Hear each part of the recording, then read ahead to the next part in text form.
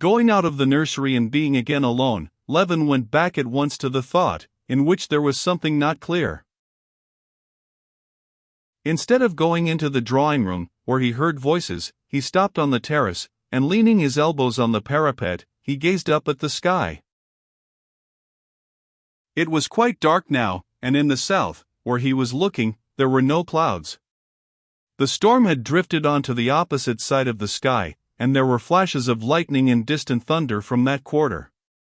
Levin listened to the monotonous drip from the lime trees in the garden, and looked at the triangle of stars he knew so well, and the Milky Way with its branches that ran through its midst. At each flash of lightning the Milky Way, and even the bright stars, vanished, but as soon as the lightning died away, they reappeared in their places as though some hand had flung them back with careful aim. "Well, what is it perplexes me?" Levin said to himself, feeling beforehand that the solution of his difficulties was ready in his soul, though he did not know it yet. Yes, the one unmistakable, incontestable manifestation of the divinity is the law of right and wrong, which has come into the world by revelation, and which I feel in myself, and in the recognition of which I don't make myself, but whether I will or not I am made one with other men in one body of believers, which is called the Church. Well, but the Jews, the Mohammedans, the Confucians, the Buddhists, what of them? He put to himself the question he had feared to face.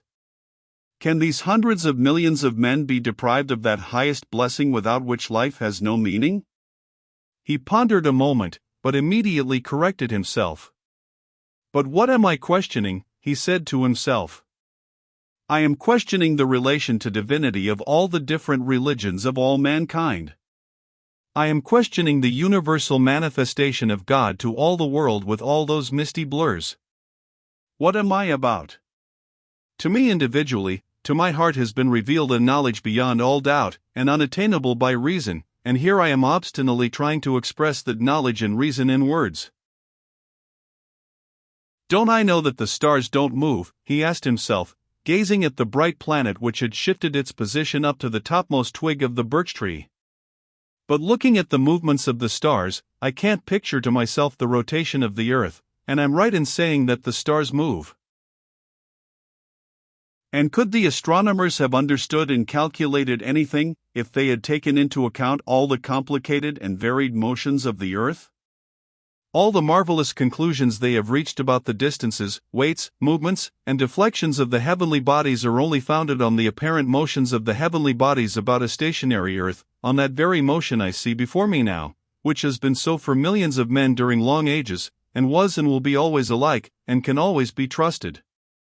And just as the conclusions of the astronomers would have been vain and uncertain if not founded on observations of the seen heavens, in relation to a single meridian and a single horizon, so would my conclusions be vain and uncertain if not founded on that conception of right, which has been and will be always alike for all men, which has been revealed to me as a Christian, and which can always be trusted in my soul. The question of other religions and their relations to divinity I have no right to decide, and no possibility of deciding. Oh, you haven't gone in then, he heard Kitty's voice all at once, as she came by the same way to the drawing room. What is it? You're not worried about anything, she said, looking intently at his face in the starlight. But she could not have seen his face if a flash of lightning had not hidden the stars and revealed it. In that flash she saw his face distinctly, and seeing him calm and happy, she smiled at him. She understands, he thought, she knows what I'm thinking about. Shall I tell her or not? Yes, I'll tell her. But at the moment he was about to speak, she began speaking. Kostya. Do something for me, she said. Go into the corner room and see if they've made it all right for Sergei Ivanovich. I can't very well. See if they've put the new washstand in it. Very well, I'll go directly, said Levin, standing up and kissing her. No, I'd better not speak of it, he thought, when she had gone in before him. It is a secret for me alone, of vital importance for me, and not to be put into words. This new feeling has not changed me, has not made me happy and enlightened all of a sudden, as I had dreamed, just like the feeling for my child. There was no surprise in this either. Faith or not faith, I don't know what it is, but this feeling has come just as imperceptibly through suffering, and has taken firm root in my soul.